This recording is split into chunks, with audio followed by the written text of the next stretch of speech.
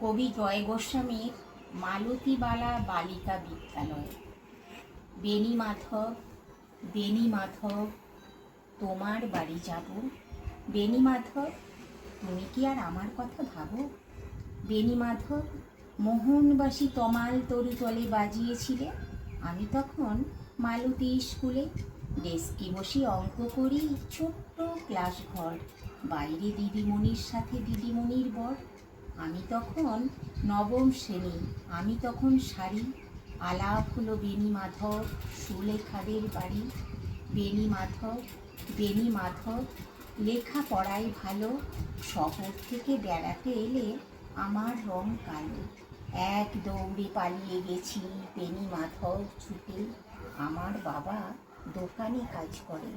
কুঞ্জে অলি গুঞ্জে তবু ফুটেছে মঞ্জরি।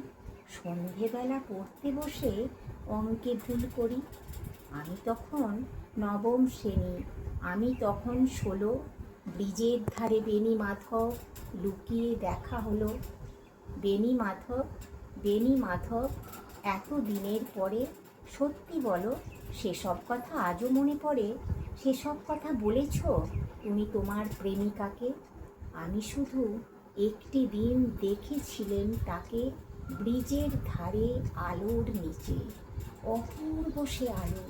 স্বীকার করি দুজনকেই মানিয়েছিল ভালো। জুড়িয়ে দিল চোখ আমার, পুড়িয়ে দিল চোখ। বাড়িতে এসে বলেছিলাম ওদের ভালো হোক। রাতে এখন ঘুমোতে যাই একতলার ঘরে, মেঝের উপর বিছানা পাতা, জ্যোৎস্না এসে পড়ে। আমার পরে জীবন ছিল চোরা পথের বাঁকে, হারিয়ে গেছে জানি না আজ কার সঙ্গে থাকে। আজ জুটেছে কাল কি হবে, কালের ঘরে শুনি। এখন আমি এই পাড়ায় সেলাই দিদিমণি।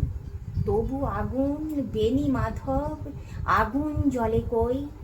কেমন হবে আমিও যদি নষ্ট মেয়ে হই? নমস্কার।